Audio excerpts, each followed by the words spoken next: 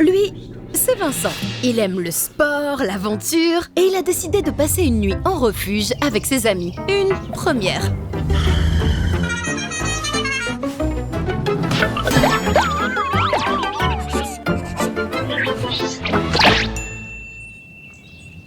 Notre groupe d'aventuriers est en marche, direction le refuge du lac. Prudents, ils ont vérifié la météo et ils ont emporté le nécessaire. Une carte, de l'eau, un kit de secours et bien sûr de quoi se protéger des caprices du ciel.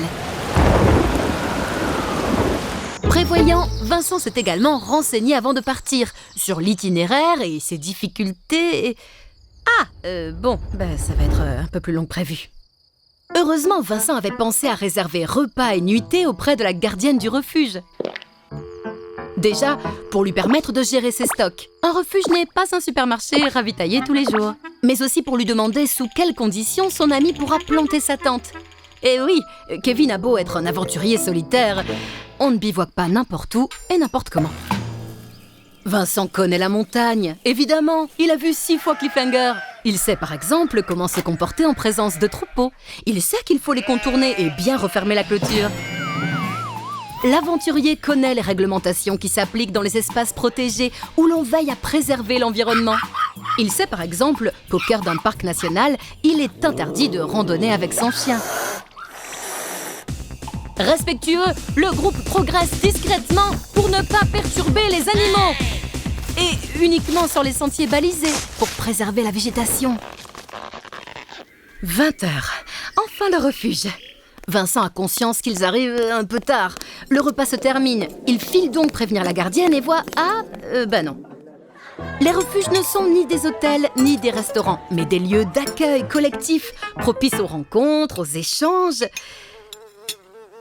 Vincent a conscience que cette vie en communauté impose des règles. À commencer par le respect des horaires, et du repos de chacun.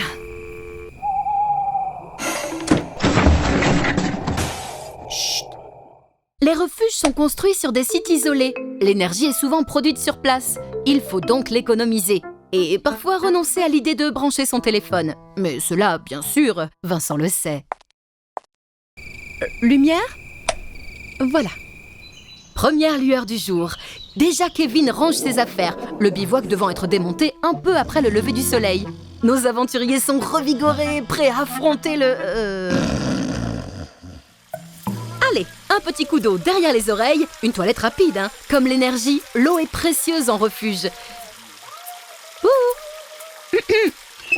Enfin, bon, il est temps de quitter ce lieu magique.